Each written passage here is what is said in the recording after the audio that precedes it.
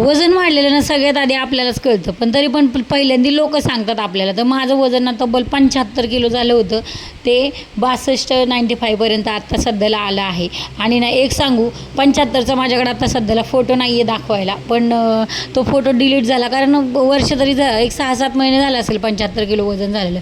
इतकं चेहरा विद्रूप दिसायचा, चेहऱ्यावर खूप सारे पिंपल्स आले होते, वांग आलं होतं, आणि माझं बॉडी पण इतकी म्हणजे वेगळीच झाली होती सगळी. खूप सगळेजण भेटले की म्हणायचे जाड झाली जाड झाली. मी प्रयत्न खूप करायचे, पण 4-8 दिवस करायचे आणि परत मी शांत बसायचे. 4-8 दिवस करायचे आणि परत मी शांत बसायचे, किंवा मग काही पण ट्रॅव्हलिंग व्हायचं, काय व्हायचं, ह्या सगळ्या गोष्टी माझ्यासोबत होत होत्या.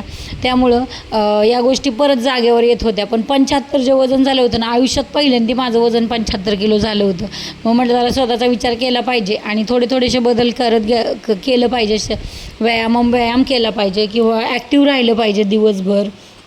त्यासोबत योग्य आहार घेतला पाहिजे.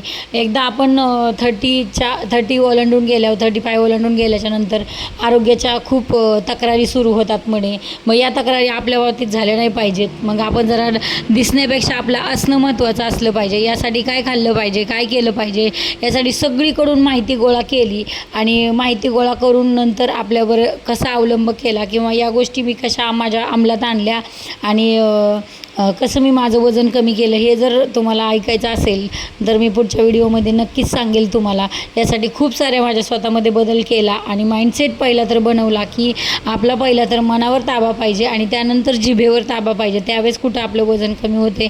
वजन कमी होण्यासाठी वजन कमी करणं म्हणजे खरं सांगायला गेलं तर एक तपश्चर्या आहे. जी तपश्चर्या मनापासून केली ना, तर त्यात आपल्याला साधनेमध्ये देवप्राप्ती किंवा धर्मप्राप्ती नक्कीच होते. तर यातून मी अशी झालेली आहे सध्या. चला तर मग सबस्क्राईब करा.